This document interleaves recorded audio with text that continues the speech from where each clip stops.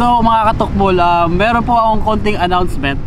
Sa mga hindi po nakakaalam, meron po akong sinusuportahan na isang maliit na charity. Pero po malaki po yung naiaambag po nila sa ating lipunan.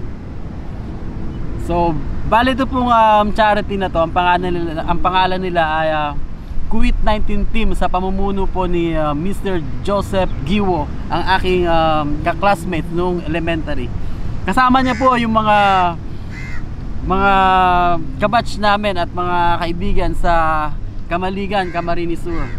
Sa mga hindi po na alam, laking Bicol po ako. Doon po ako lumaki sa Camaligan, Camarines Sur. So mahalata nyo po pagka nagtatagalog ako, medyo matigas po yung Tagalog ko. Hindi po ako magaanong fluent sa Tagalog. Shout out po sa mga kasama niya, kay Rodel Gianan, kay Omar Fabia, kay Mokong, at saka po dun sa mga kasama po nila na hindi ko po kilala yung ibang pangalan. So shout out po sa inyong lahat. Maraming salamat po sa pagtutulong nyo po sa mga kababayan natin, na kahit sa konting pamamaraan po ay nakapagbigay po kayo ng saya at laman ng tiyan sa ating mga kababayan dyan, lalong lalo na po sa mga mahihirap po yung status ng buhay.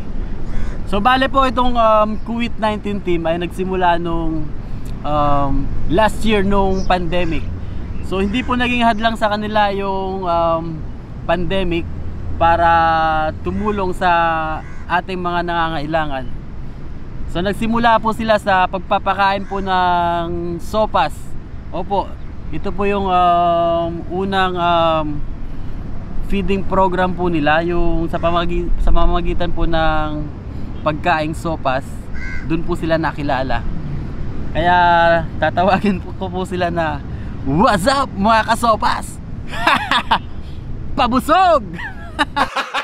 So nagsimula po sila doon sa Camaligan, sa aming bayan. At nakarating po sila doon sa karatig ng bayan namin, katulad ng Naga. Maray na pagkahapon mga kaibigan, maaso malumlumang kalangitan, maugitan na makaabot digdi sa diman po ko naghihibi, maaso lang digdi sa barangay Balata sa siyudad kang Naga. Welcome asin maray na hapon. Nakarating po sila doon sa karatig ng bayan namin. Umikot po sila doon para maghatid po ng kanilang blessings. So muli po, binabati ko po ng happy anniversary po sa COVID-19 team. Sana po ay lumaki pa po yung feeding program na ito, yung charity na ito. At sana po marami pong sumuporta para marami po yung matulungan at mabigyan po ng ating blessings. Maraming salamat po. Hanggang dito na lang po yung aking message. Ingat, God bless, and peace out.